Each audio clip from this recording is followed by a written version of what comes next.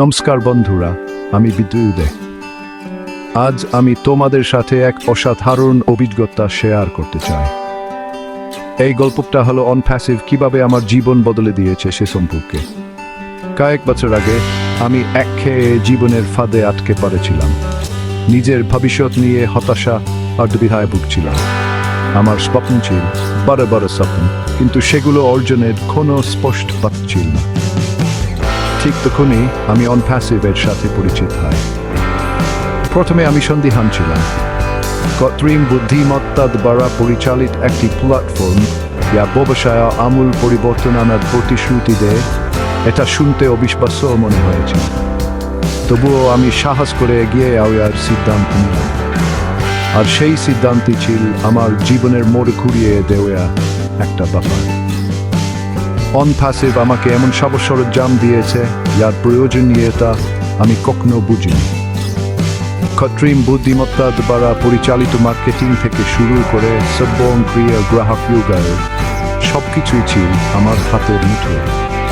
আর সবচেয়ে ভালো দিক, এটা ছিল অত্যন্ত ব্যবহার বান্ধব। আমি প্রায় তাৎক্ষণিকভাবে ফলাফল দেখতে শুরু করলাম। আমার ব্যবসা বাড়তে লাগলো। আমি এমন দর্শকদের কাছে পৌঁছাতে পারছিলাম যা আগে কখনো ভাবিনি। আর অনপ্যাসিভ কমিউনিটির সাপোর্ট ছিল অবিশ্বাস্য। আমি শুধুমাত্র একটি প্ল্যাটফর্ম ব্যবহার করছিলাম না, আমি একটি আন্দোলনের অংশ ছিলাম। কিন্তু এটা শুধুমাত্র ব্যবসার বৃদ্ধি সম্পর্কে ছিল না। অনপ্যাসিভ আমাকে কাজ এবং ব্যক্তিগত জীবনের মধ্যে একটি ভারসাম্য খুঁজে পেতে সাহায্য করেছে। আমি আমার পরিবারের সাথে আরও বেশি সময় কাটাতে পারতাম, আমার শখগুলো পূরণ করতে পারতাম এবং তারপরেও আমার ব্যবসা সমৃদ্ধ হতে দেখতে পারতাম। এই যাত্রাটা সবসময় মসৃণ ছিল, চলেজ এবং নতুন কিছু শেখার মুহূর্তগুলো ছিল। কিন্তু প্রতিটি বাধার সাথে অনপ্যাসিভ আমাকে সেই সাপোর্ট এবং রিসোর্সগুলো দিয়েছে, আর সেগুলো কাটিয়ে ওঠার জন্য আমার প্রয়োজন ছিল।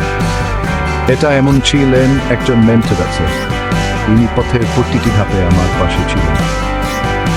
আজ আমি আত্মবিশ্বাসের সাথে বলতে পারি যে অনপ্যাসিভ শুধুমাত্র আমার ব্যবসা বদলে দেয়নি, এটা আমার জীবন বদলে দিয়েছে।